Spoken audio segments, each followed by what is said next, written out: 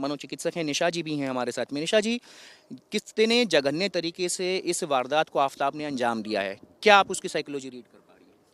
नहीं, देखा जाए उसकी साइकोलॉजी इस तरीके से देख सकते हैं कि ये एक नॉर्मल पर्सन का बिहेवियर नहीं हो सकता। ये कम्प्लीटली एक अबनॉर्मल बिहेवियर है, जो कहते हैं कि सोसाइटी के क्या एक नॉर्मल पर्सन के लिए भी अनएक्सेप्टेबल है। और इसको हम एक टर्म कहते हैं कि एक क्रिमिनल उसका माइंडसेट रहा है। और जो हम कह रहे हैं कि ये अभी उसने किया है कि देखिए गुस्सा सबको आता है।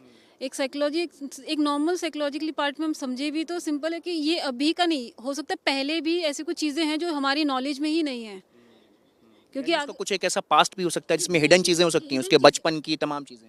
बिल्कुल सही कह रहे हैं आप। कुछ ऐसी हिडन चीज़ें हम वहाँ तक अभी ले ही नहीं रहे हैं, करंट लेवल पे ही हम बात कर रहे हैं।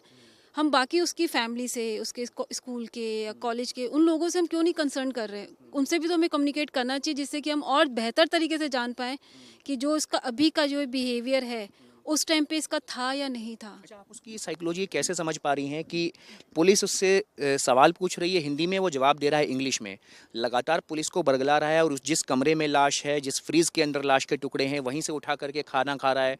तो इतनी निर्मम और इतनी जघन्य क्या आपको लगता है, जो जो उसने सीरीज देखी हैं डेक्स्टर वगैरह, उन सबका ऐसा व्यापक प्रभाव समाज में हो रहा है कि इस तरीके के जो क्रिमिनल्स हैं वो और ज़्यादा शातिर हो रहे हैं? बिल्कुल, ये देखिए ये एक पहला ही ऐसा नहीं है जो इन मूवी से या इन टाइप की सीरीज़ देख के हुए हैं। ऐसे बहुत से केसेस हैं, इंडिया में भी, इंडिया के बाहर भी, जो ऐसी मूवीज़ स्पेशली कई बार देखते हैं। ये भी नहीं कि एक बार देखा, वो कई बार देखते हैं, रिपीट एंड रिपीट, वो जिससे कि वो एकदम अपने को कंप्लीट कर पाएँ कि हाँ, फाइनल अगर मैं ऐसा करूँगा तो क्या?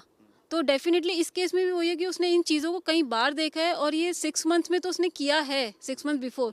बट उसका जो माइंड, जो उसका थॉट प्रोसेस चल रहा था पूरा, एक सबकॉन्शियस में जो स्टोर करता जा रहा था बार-बार एक-एक चीज़ को, वो यही था कि मुझे इस अंजाम इसको कहीं न कहीं एक एंड तक लाना ही पड़ा है। तो ये इसकी प्लानिंग काफ़ी टाइम से ही है, उस सबकॉन्शियस में स्टोर करता रहा, क्योंकि आप जितना स्टोर करते रहेंगे, डेफ़िनेटली जैसे आप थॉट ले रहे हैं, आपके आपके बिहेवियर्स और आपके जो वर्बल आपके कम्युनिकेशन है वो रहेंगे। और जहाँ तक आप एक बात कह रहे हैं कि वो हिंदी में उससे पूछ रहे हैं बट वो आंसर इंग्लिश में दे रहा है। अगर मुझे हिंदी समझ आ रही है तो मैं हिंदी में भी आंसर दे सकता हूँ। तो इट मीन्स कहीं न कहीं वो अपने को एक इंटेलेक्ट काइंड ऑफ पर्सन बता रहा है कि मैं इतना हूँ तो मेरे से एक लोग एक कहते हैं ना कि एक सॉफ्ट वे में बात करें और डिस्टेंस मेंटेन करके, बट इस kind of completely is opposite.